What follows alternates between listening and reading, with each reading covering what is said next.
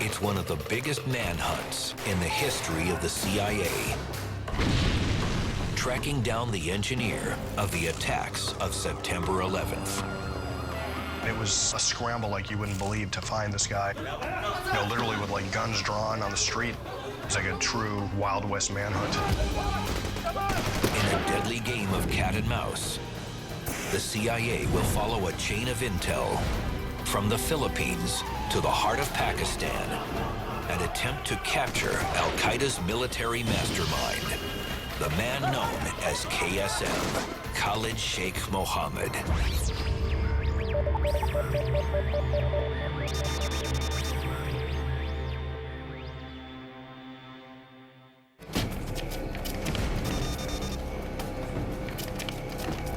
The CIA and Pakistani intelligence are closing in on one of the most wanted men in the world. 10 years earlier, he bombed the World Trade Center, and in 2001, engineered the attacks of September 11th. Khalid Sheik Mohammed. Khalid Sheik Mohammed was a master terrorist planner responsible for the greatest single-day loss of life in U.S. history since Pearl Harbor, and was somebody who could potentially inflict great harm on us again in future. We had to stop that from happening. This was every CIA operative, every FBI agent, every friendly government agent you could get looking for one guy. It's the biggest manhunt in history. The CIA has traced Mohammed's location to a house in northern Pakistan. Now, after years of close calls, the team has a critical chance to grab him. ISI officials in Pakistan and even people in the United States said that if we capture Khalid Sheik Mohammed, we will break the back of the Al-Qaeda network.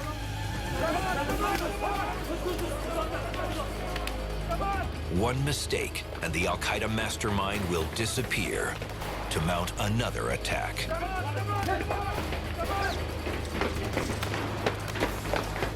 It's the do-or-die moment for a worldwide manhunt that began years ago, thousands of miles away.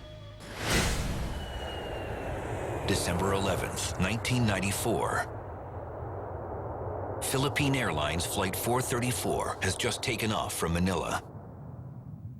The plane is full of mostly Japanese tourists and businessmen, but the passenger in seat 26K, Armaldo Forlani, is just now getting to work. Forlani is traveling under a fake passport. His real name is on the list of the FBI's most wanted, Ramzi Youssef. Ramzi Youssef was the guy who built the bomb and placed the bomb in the World Trade Center bombing in February of 1993.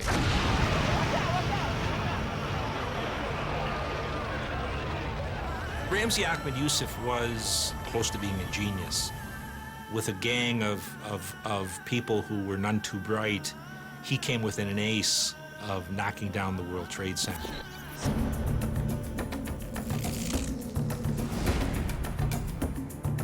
Now, Youssef is about to test drive another plot. Hidden in the lavatory, he pieces together a small bomb.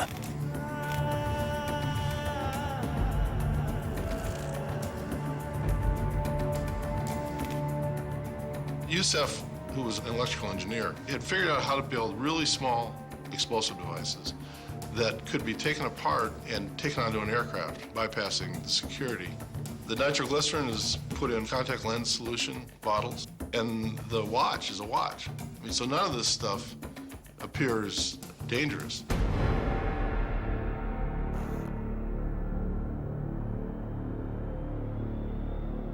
During the flight's stopover on the island of Cebu, Youssef gets off the plane.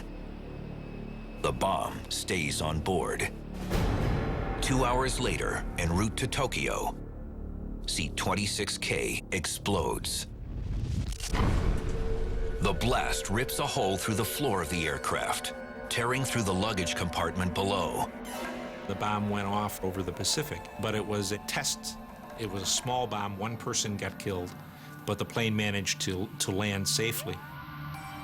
The plane survives the explosion, but the test run is a success. The first step in a growing plot called Operation Bojinka.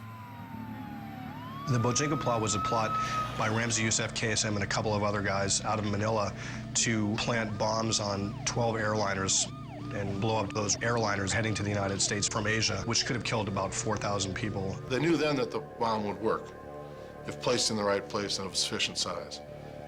The idea then is take, multiply the number of bombs, the number of planes, there you go. As the media lights up with news of the bombing, Youssef reports back to his uncle, the head of the Manila terror cell, Khalid Sheik Mohammed, known at the CIA as KSM. Khalid Sheik Mohammed was sort of like a professional terrorist. I think his motivations seemed to be more about, like, essentially this was kind of fun to do these things. He's just always scheming and plotting to come up with a more spectacular terrorist incident. He doesn't seem especially religious.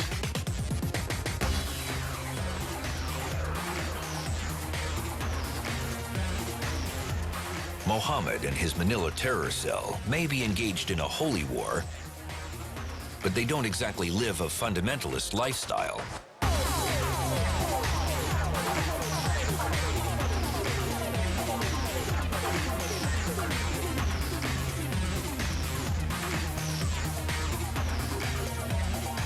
Manila's a destination for sex travel and for entertainment. And so it's got hundreds of bars and things that cater largely to foreigners. And that's where these guys, when they were in town, met with one another.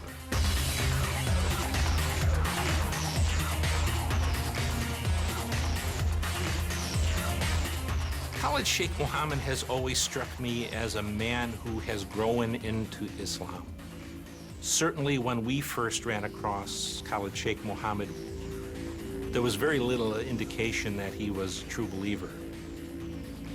He was a bon vivant, he was a man about town, he was a womanizer. KSM is much more of a multi-dimensional character than most of the other jihadis that you come across. And KSM is different in the sense that he liked to have a good time, while most of the other guys wouldn't be hanging out with beautiful women in the Philippines. But one of the mysteries of KSM is whether he really believed that or not, or if it was part of his cover to infiltrate the West in order to launch attacks against it. Jihadist or hedonist, Khalid Sheik Mohammed has avoided capture since he, along with Ramzi Youssef, masterminded the 1993 bombing of the World Trade Center. Khalid Sheik Mohammed was able to move around the world, and if you've seen pictures, he was very good at disguising himself. He was involved to an extent with Al-Qaeda, and he was a going concern, as they used to say. He was a very much an active player against the United States.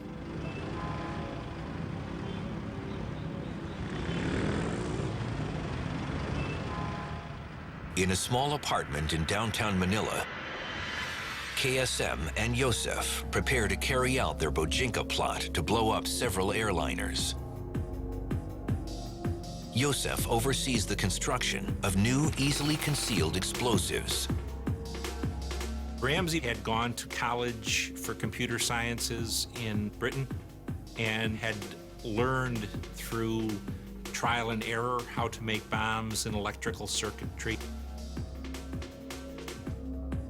On January 6, 1995, one small mistake sets off a chain of events that will put the group back on the CIA's map. A chemical fire in the kitchen sink attracts the attention of the Manila police. The officers are completely unprepared for what they find inside. Explosive devices. They go into the apartment and find this horrendous hoard of materials. It's a bomb factory. It takes actually 2 police vans to carry everything away. Yosef's computer proves to be an intel bonanza, containing documents that outline the deadly details of the Bajinka plot. The documents also identify a partner in the terror cell, Khalid Sheik Mohammed. He tried to determine then if this was the same Khalid Sheik who had wired the money to Yusuf in New York for the World Trade Center building.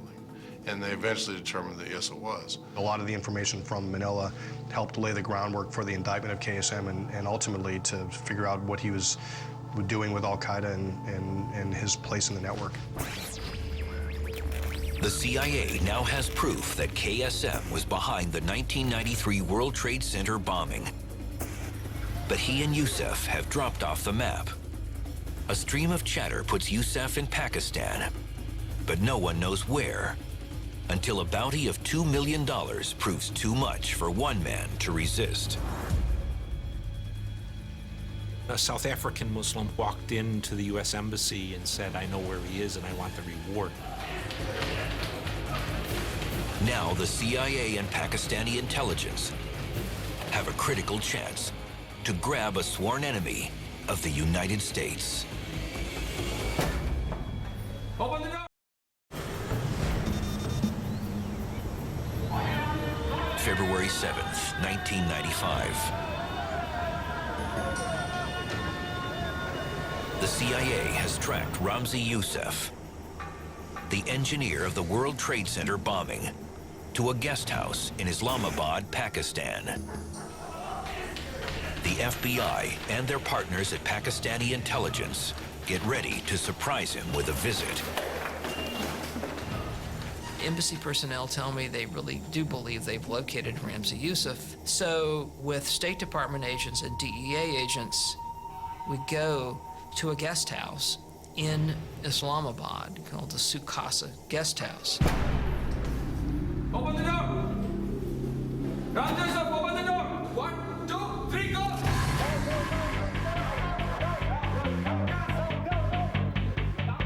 Security teams storm the guest house and quickly capture their target.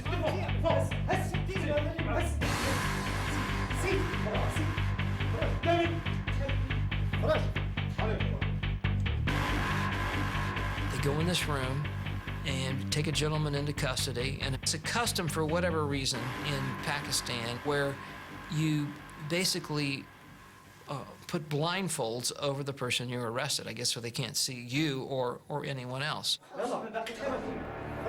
KSM is still at large, but catching Ramzi Youssef marks a pivotal break in the manhunt.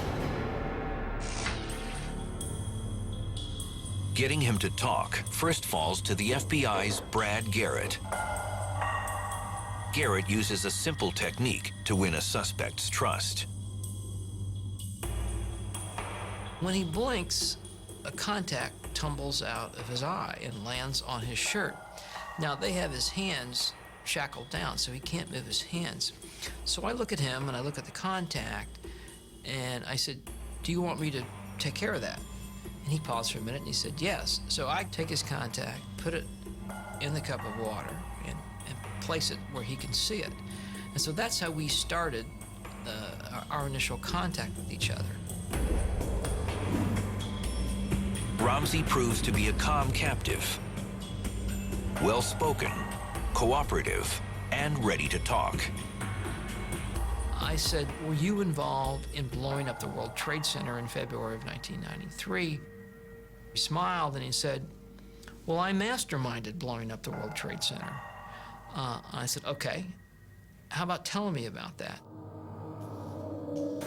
Youssef describes how he was sent to the United States to scout out buildings to attack and settled on the World Trade Center as the best symbolic target.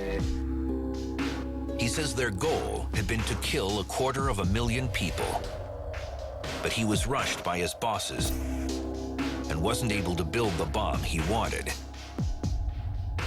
He said, "You have to understand that this is not personal. I'm enjoying talking to you." He says, "I don't have anything against you. What I'm opposed to and my group is opposed to are U.S. policies with Israel And he said, you know, the Israelis are killing Palestinians and other people of the Muslim faith, and it's not right. And we believe if we inflict enough damage on you, you'll change your policies. So that was his mindset. Not crazy, articulate, knew what he wanted to do, had a plan, and like a good soldier, he carried it out. Yosef provides valuable insight, but one thing he won't discuss is his uncle, KSM. Literally, it's like this guy was one step ahead of them all the way, and apparently laughing about it. Before long, intelligence pours in that KSM has fled to Afghanistan to meet with Al-Qaeda leader Osama bin Laden. In Afghanistan's outback, KSM sees the full scale of Al-Qaeda's terror training, bomb building, target practice, agility. With bin Laden's help, he begins to hatch a new plan, the next phase of their attacks on the U.S. What I've seen from the most authoritative records is that KSM says, I got an idea. I mean, it's like almost like college kids on the weekend, like pulling a prank for Saturday night, that you don't, everything's gonna happen. And bin Laden says, yeah, go do it. Bin Laden extends an offer to KSM to join Al-Qaeda and to swear allegiance to the group. But KSM refuses. For Khalid Sheik Mohammed, no one else shares his extreme dedication to holy war against the United States. But bin Laden is about to prove him wrong.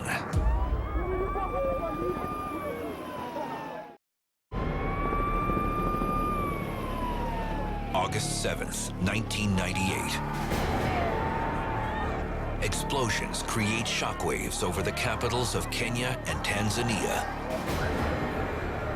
as suicide bombers destroy 2 U.S. embassies. The gruesome attacks mark a new salvo in the holy war led by Osama bin Laden and firmly put his Al-Qaeda terror organization on the map. The embassy bombings in Kenya and Tanzania convinced the FBI and the CIA that bin Laden had very, very deadly intentions and was capable of and interested in killing Americans wherever he could find them. It was very clear that Osama bin Laden and Al-Qaeda were a threat to the United States greater than any other terrorist group we had ever seen. The numbers involved, the resources they commanded, and the geographical reach they had was something we had not seen before. The Africa bombings also catch the attention of Khalid Sheik Mohammed and inspire him to officially join the ranks of bin Laden's Al-Qaeda. Still on the run from the CIA, Sheikh Mohammed returns to Afghanistan to work with bin Laden on their plot for a second World Trade Center attack. This time using not bombs, but commercial airliners. Khalid Sheik Mohammed went back to Afghanistan and said, look, you know, you really do seem serious about this terrorism stuff. Let's basically launch the 9/11 plots. And it was only after the embassy bombings that KSM believed that bin Laden had the sort of backbone to do it. Khalid Sheik says, I just needed some pilots, and bin Laden says, hey, I got some. I don't know the pilots yet, but I got 4 guys right here who are willing to do this. You know, why don't you take them and start planning? Within 2 years, their hand-picked soldiers are in flight schools in the United States. And on what they call the Holy Tuesday operation, they send 19 hijackers to make history.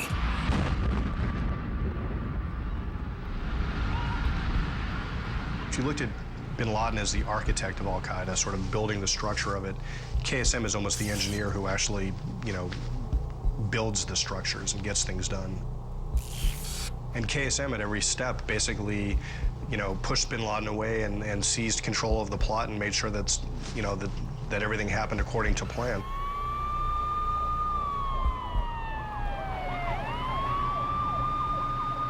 The the attacks of 9/11 catch an entire nation off guard and prove that Al-Qaeda's reach extends to U.S. soil. It also changes KSM's status from terrorist threat to leader of a deadly international holy war. Yeah, the central question is how does anybody become a mass murderer? How does anybody become a terrorist? How did Khalid Sheik Mohammed, who came from a fairly ordinary background, end up being the mastermind of the greatest terrorist attack in history? It's incredibly frustrating. There have been people in the FBI and the CIA that said that if they'd caught KSM in the mid-90s when they had a chance, none of this might have happened. And it remains to be seen whether somebody else could have filled his shoes. But, you know, there's a lot of people that think that they couldn't, that it was his force of personality that carried through the 9/11 plot. 6 days after the attack, President George Bush approves a new CIA war plan. We will not tire, we will not falter, and we will not fail. Within days, advanced teams are on the ground in Afghanistan, laying the groundwork for war. CIA advanced teams infiltrate Afghanistan to build alliances with the local resistance and gather intelligence on Taliban targets.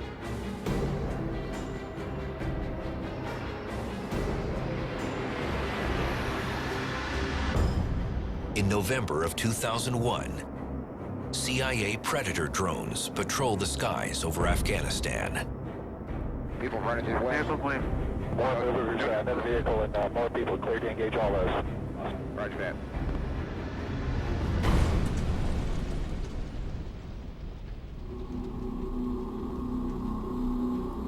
A series of airstrikes destroy multiple Taliban hideouts, killing over 3,000 people,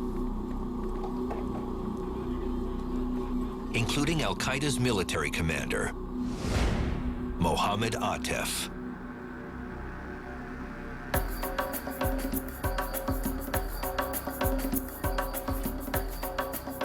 In the aftermath, investigators uncover stores of documents and videotapes containing plans for new terrorist attacks. CIA analysts also find what they're looking for: communication between Khalid Sheik Mohammed and the man who was to be the 20th hijacker in the 9/11 plot, Ramzi bin al-Shibba. The first time I heard of Ramzi bin al-Shibba was after 9/11. He apparently was a go-between between the Germany-based 9/11 attackers and Al-Qaeda in South Asia. He became the communications channel through which all this information was relayed. Bin Sheba became his sort of second in command on the plot. Al-Shibba's web of contacts is a virtual hit list of targets for the CIA.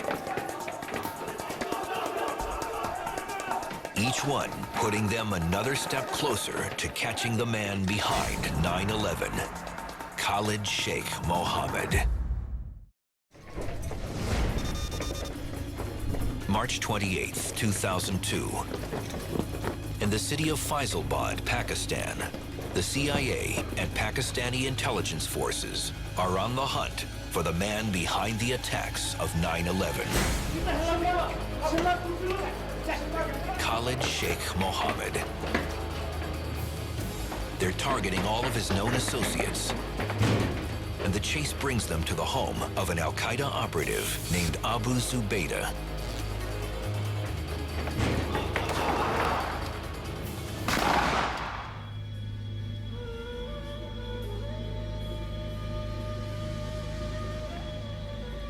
Abu Zubaydah was severely wounded during the capture, and they were fearful that he would die.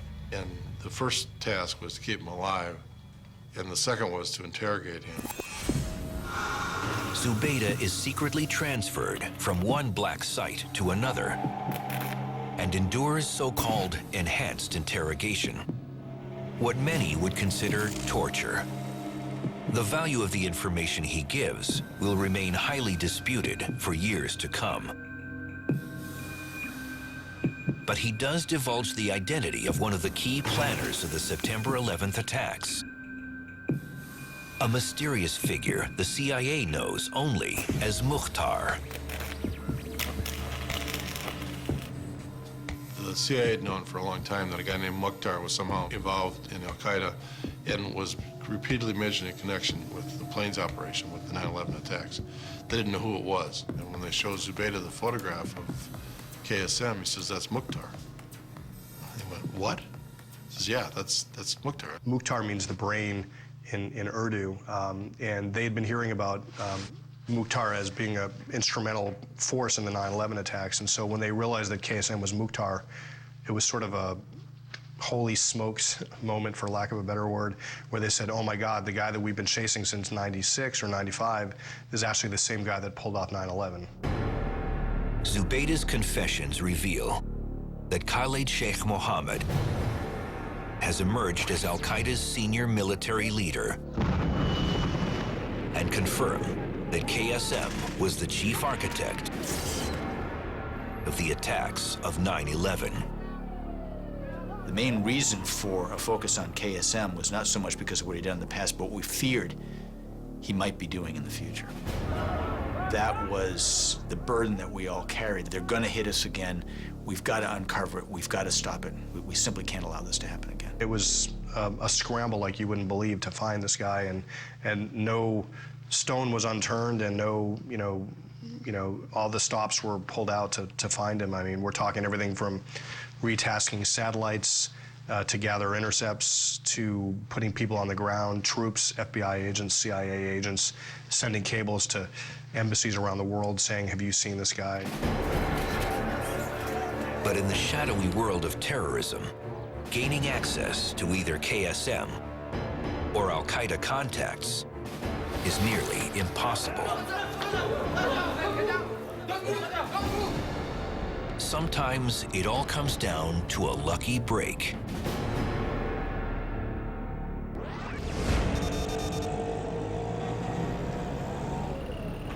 Spring 2002. Al Jazeera journalist Yosre Fouda has made the risky trip to Pakistan to score a high-level interview, but with whom he doesn't know.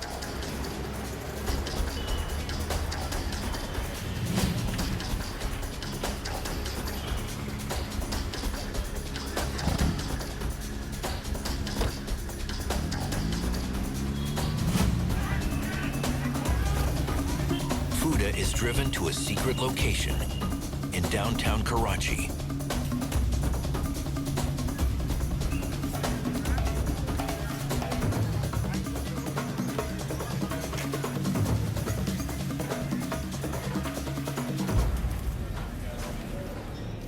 This must have seemed a foolish thing to do, because Fouda didn't even know who he was going to meet, but he'd been asked to come, and he went.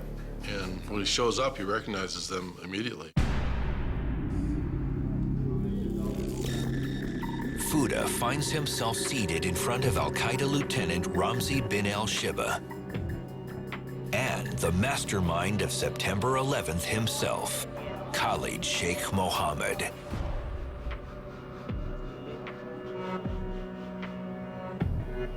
One of the most remarkable things that happens after 9/11 is that Khalid Sheik Mohammed consents to a television interview describing his role in the plot. The most wanted man in the world. And what's he do? He calls up a reporter and says, let's sit down and chat.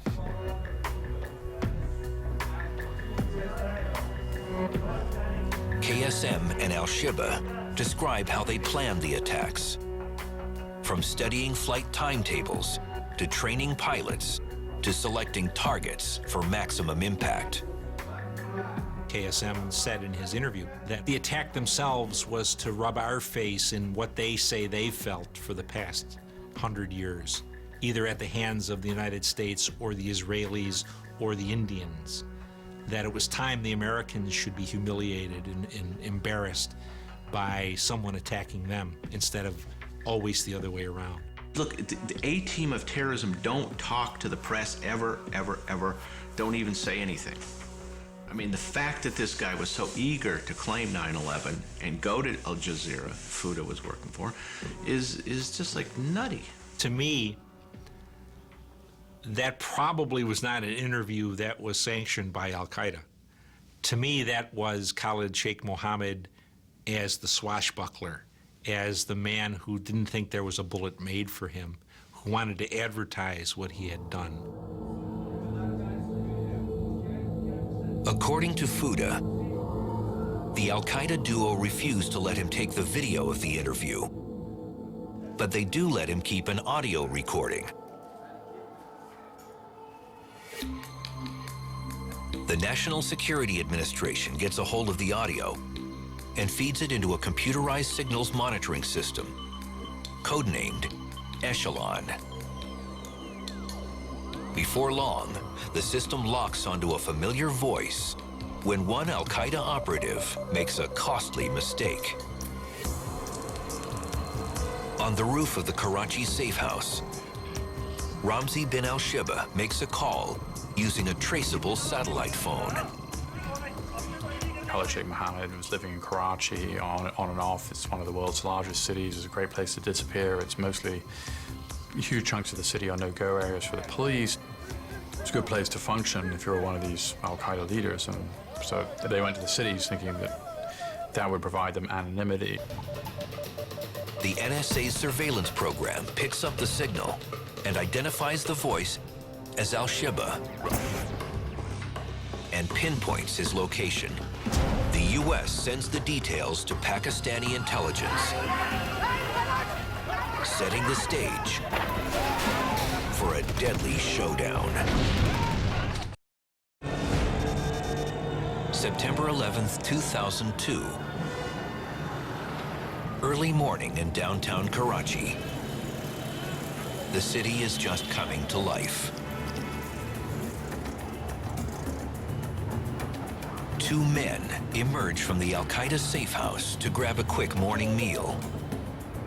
It's an opportunity for the ISI surveillance teams to make their move.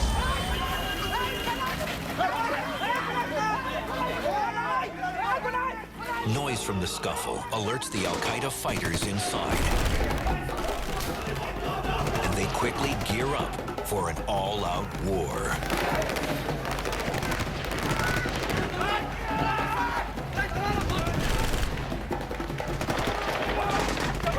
The ISI agents move into the house.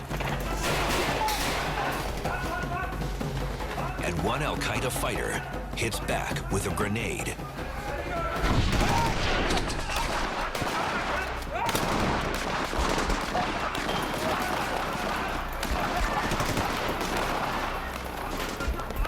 The Pakistanis, when they do an operation like this, they've got local police, state police, federal police, intelligence guys, the army.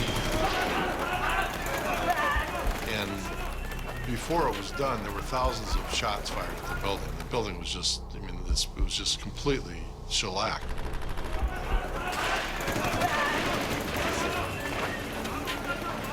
The press would later report that 2,000 troops are eventually called in to quell the battle.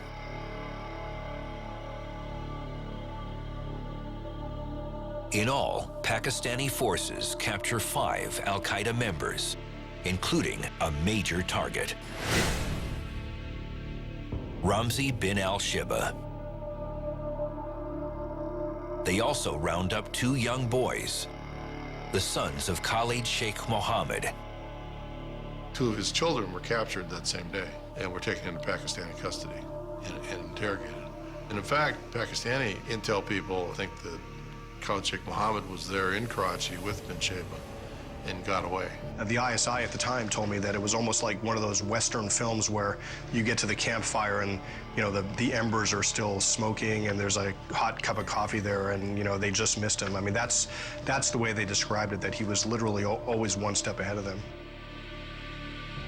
Once again, KSM manages to slip away. But his sons are disclosing valuable details about their father's operations. Before the CIA can locate their ultimate target, KSM and his Al-Qaeda forces hit back hard. In Yemen, a small boat loaded with explosives slams into a French oil tanker.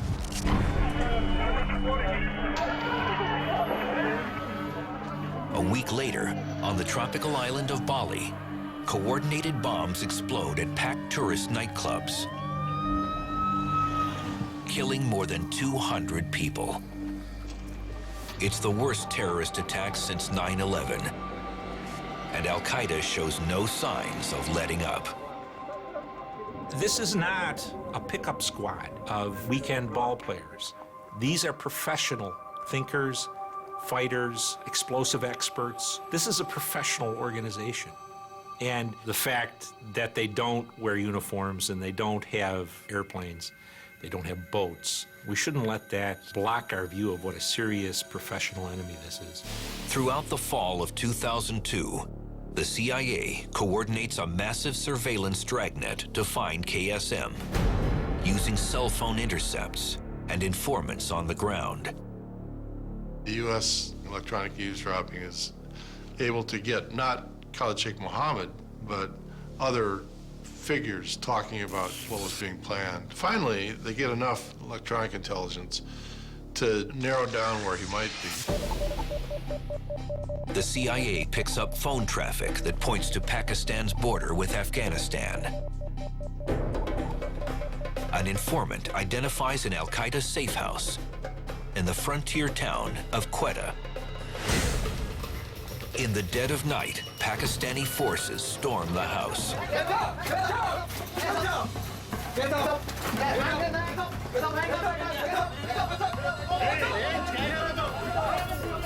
They round up a handful of men. But once again, KSM seems to have vanished.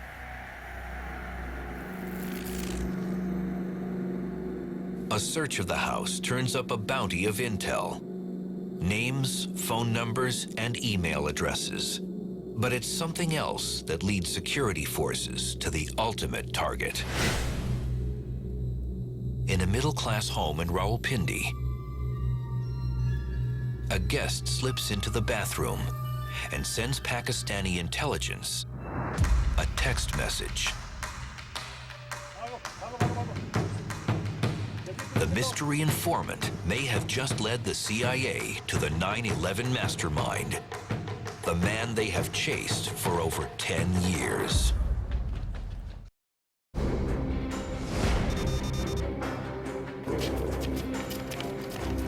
March 1st, 2003. A year and a half after 9/11, Pakistani security forces and the CIA are closing in on the mastermind of the attacks. A text message from an informant places Khalid Sheik Mohammed in a house in Rawalpindi, Pakistan. Once they have him located in Rawalpindi, and after having followed him for a little while, the CIA grows increasingly nervous that he's going to get away again. So they're the ones who press the Pakistanis that we have to go get him, and go get him now. At 3 a.m., 18 ISI officers and a few CIA agents close in on the target. They quickly overpower a security guard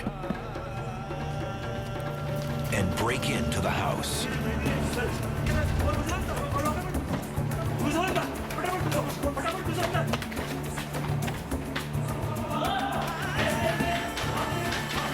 In the firefight, KSM shoots an Army colonel.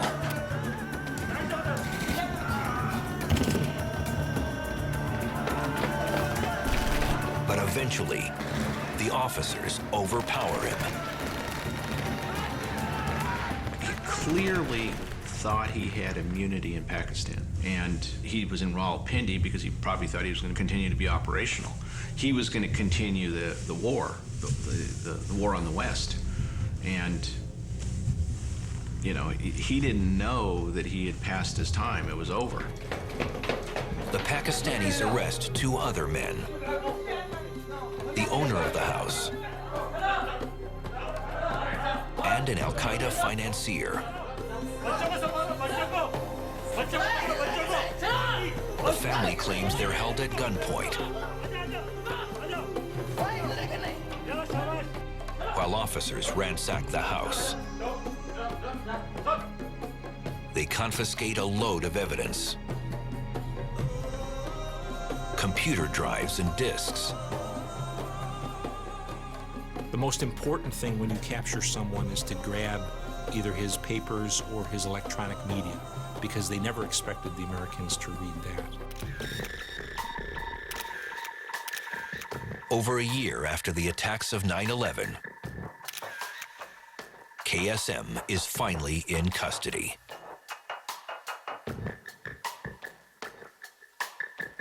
This was the biggest law enforcement manhunt in history. This was every CIA operative, every FBI agent, every friendly government agent you could get looking for one guy. And it still took him a year. And it's astonishing. But this is just the official story. In the Hall of Mirrors of Pakistani espionage, the most challenging hunt of all is the search for the truth. The family in Rawalpindi claims KSM was nowhere near their home, and that Pakistani forces simply looted the house, taking whatever they could find. They claim the police fired their guns, but there was no battle. Other reports state KSM was captured in the raid in Quetta 2 months earlier and held for questioning by Pakistani security before being handed over to the CIA. Every event that happens in Pakistan has 8 versions of how it happened, why it happened, who did it, who was seen, who wasn't seen, what was heard. Some say KSM was in the Karachi safe house during the showdown with Pakistani intelligence. According to this version, KSM was captured along with his sons and Ramzi bin al-Shiba. There are people I know who swore that Khalid Sheik Mohammed was killed that day. Whatever the truth, the Pakistanis turned Khalid Sheik Mohammed over to the CIA. He confesses to involvement in at least 30 terrorist plots, including Bojinga, 9/11, and the beheading of journalist Daniel Pearl. Many of these revelations are extracted during so-called enhanced interrogations, when KSM was waterboarded 183 times.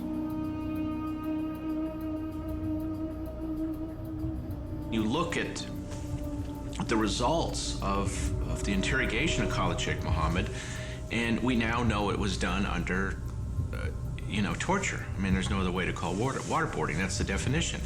And testimony from torture is not reliable. It's just not reliable. Most of these men who are knowledgeable about future attacks or plans or intentions against U.S. interests have been trained to withstand interrogation. I don't see any way that we can avoid enhanced interrogations, as you say, because otherwise they're not going to say anything. KSM is now in U.S. custody, awaiting trial in Guantanamo Bay. And with the eventual capture and killing of Osama bin Laden in May 2011, the CIA has finally taken care of the other ringleader in the 9/11 attacks. Their mission now is to catch the next Khalid Sheik Mohammed before he can attack. Well, there were some people that said after KSM was captured there probably wouldn't be another 9/11 plot. And I think the fact that there hasn't been one for 10 years is sort of a testament to the fact that KSM was a sort of a 1 in a million guy and was able to really pull something like this off. Part of the task of the CIA has been to make it as difficult as possible for the terrorists to operate. If you are constantly looking over your shoulder, constantly having to move constantly trying to stymie efforts to determine your location, you're going to have far less time to devote to terrorism. There really is nobody else who can do it as well as the CIA.